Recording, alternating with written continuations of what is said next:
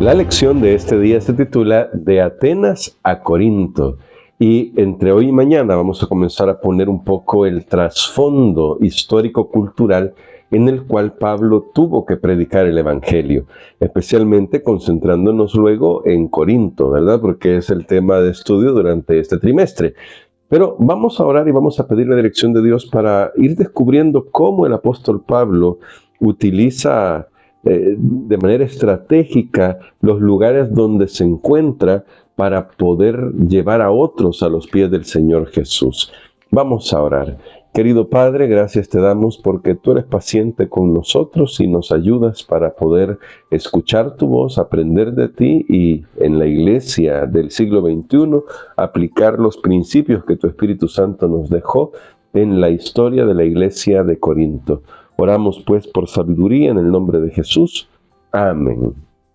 Para este día vamos a recordar algunas cosas que ya dijimos ayer. Es importante responder a esta gran pregunta, ¿por qué? Y en este caso la pregunta para nosotros es, ¿por qué somos cristianos? Esto es lo que nos motiva a responder esa pregunta, entender que existe esa pregunta y que la podamos responder, es lo que nos mantendrá motivados en el cumplimiento de la misión.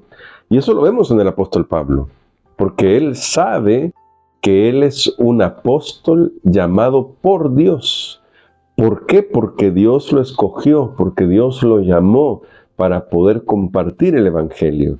De ahí que las cosas que hace el apóstol Pablo están en consonancia con ese llamado, con esa razón de ser. Cuando estaba en Atenas, Hechos capítulo 17 nos cuenta lo que Pablo hacía. Ahí nos dice que luego de ver cómo era la ciudad y cómo estaba entregada a la idolatría, el apóstol Pablo comenzó a predicar y llegó hasta el Areópago y ahí predicó un sermón poderoso, ¿verdad? Guiado por el Espíritu Santo, un sermón en el que intentó ayudar desde donde estaban los griegos, a llevarlos desde donde estaban los griegos hasta llevarlos al conocimiento del Dios verdadero, el Dios no conocido por ellos, pero que está siempre dispuesto para nosotros. Así que vemos esta constante en Pablo, como él sabe por qué ha sido llamado y para qué ha sido llamado, entonces él pues vive de esa manera. Y de ahí vamos a ir hasta Corinto, pero vamos al libro de Hechos, capítulo 18, para ver cómo comienza esto. Vamos a ir un poquito despacio con algunos textos, y dice el texto, Hechos, capítulo 18, del 1 en adelante. Después de estas cosas, Pablo salió de Atenas y fue a Corinto, y halló a un judío llamado Aquila, natural de Ponto, recién venido de Italia con Priscila su mujer, por cuanto Claudio había mandado que todos los judíos salieran de Roma. Fue a ellos, y como eran del mismo oficio, se quedó con ellos y trabajaron juntos, pues el oficio de ellos era hacer tiendas. Y esto llama mucho la atención porque el apóstol Pablo es alguien que puede trabajar con sus manos y se sostiene con sus propios medios. Ya vamos a ver que esto cambia aquí también rápidamente, pero destaco este punto por un hecho. Pablo trataba de aprovechar toda oportunidad y lo primero que hace es unirse con otros discípulos que como él creen en el Señor Jesucristo para establecer una base, y en este caso son 3 personas. Estas 3 personas ya son un núcleo con el cual va a comenzar a expandirse el Evangelio allí en Corinto. Ahora viene la técnica del apóstol Pablo. Lo primero, siguiendo la recomendación del Señor Jesús, que hay que comenzar con los de casa en Jerusalén. En este caso, si no estaban en Jerusalén, significaría con los judíos. Pablo dice así el texto: discutía en la sinagoga todos los sábados y persuadía a judíos y griegos. Cuando Silas y Timoteo vinieron de Macedonia, Pablo estaba entregado por entero a la predicación de la palabra, testificando a los judíos que Jesús era el Cristo. ¿Notas que ya hay un cambio? Al principio estaba haciendo tiendas y dedicaba los sábados a la predicación. En las sinagogas especialmente porque pensaba debía llevar el mensaje primero a sus hermanos los judíos. Luego dice el texto que estaba entregado por completo a la predicación. Estaba entregado por completo a la predicación del Evangelio. Es decir, seguramente ya con acuerdos con Priscila y con Aquila, y con acuerdos de que ya venían Timoteo y Silas, que posiblemente trajeran alguna ofrenda, alguna ayuda monetaria para sostenerle, Pablo ahora puede dedicarse solo a la predicación. El texto sigue: pero oponiéndose y blasfemando estos, les dijo, sacudiéndose los vestidos: vuestra sangre sea sobre vuestra propia cabeza. Sobre vuestra propia cabeza, nos dice aquí. Mi conciencia está limpia, desde ahora me iré a los gentiles. Y esta era una acción que definitivamente nos habla sobre esta costumbre judía en la que estaban diciendo: yo ya salí de mi responsabilidad. He hecho lo que he podido, pero ahora yo voy a pasarme a los gentiles. Salió de allí y se fue a la casa de uno llamado Justo, temeroso de Dios, la cual estaba junto a la sinagoga. Y lo sorprendente es, Crispo, alto dignatario de la sinagoga, creyó en el Señor con toda su casa, y muchos de los corintios, al oír, creían y eran bautizados. Miren qué tremendo, ¿no? Pablo está haciendo algunas cosas que le van ayudando a establecer la base de operaciones.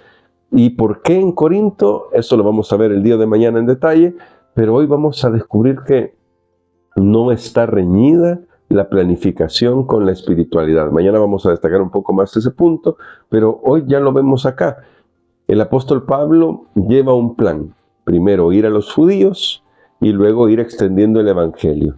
Como los judíos no quieren escuchar el evangelio e incluso blasfeman, como dice el texto, es algo grave, entonces Pablo dice: bueno, ya que ustedes no quieren, yo ya no soy responsable de ustedes porque ustedes no quieren, pues me voy a ir a los gentiles. Y no es porque Pablo no quisiera que sus hermanos llegaran al conocimiento de la verdad. Cuando leemos Romanos 11, por ejemplo, nos damos cuenta que el mayor anhelo del apóstol Pablo era que toda la nación judía pudiera comprender lo que la Biblia enseñaba y pudiera entender por qué Jesús era el Mesías. Pero no era posible, no en ese momento. Así que, ¿qué hace Pablo? Comienza su predicación a los gentiles. Así que esta era la costumbre de Pablo. Comenzaba en las sinagogas, luego se extendía un poco más, y eso ya lo vemos en Hechos 17, que comienza en la sinagoga al principio del capítulo y luego ya está predicando en el Areópago. Y de hecho creo que también en los mercados, ahí yendo a las personas donde ellas estaban. Ahora, en este sentido, es que en este contexto es que aparecen las palabras que están escritas en 1 Corintios capítulo 2, donde Pablo dice que él no quiso saber nada entre los corintios, sino a Jesucristo y a este crucificado.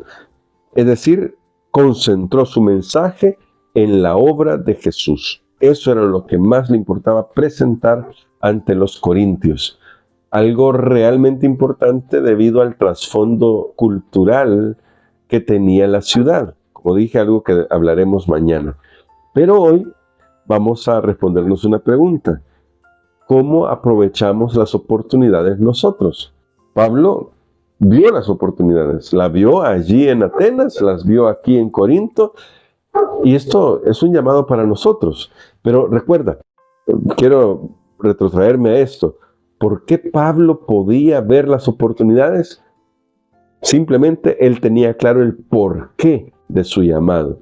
Como él había sido un enviado para predicar el evangelio, entonces podía ver todo momento como una oportunidad para poder compartir el evangelio. ¿Notas por qué es importante el por qué? Sí, y hago énfasis, yo sé que la lección no lo dice de esta manera, pero me gusta que en la lección realmente lo que se está destacando es que una búsqueda de identidad también nos permite mantenernos conectados con la misión. Tenemos que saber el por qué. ¿Por qué estamos aquí? ¿Por qué somos cristianos? ¿Por qué Dios nos llamó? Pues si nosotros logramos tener clara una respuesta a esa pregunta, todo lo demás va a girar en torno a esa respuesta. porque entenderemos la razón de nuestro llamado.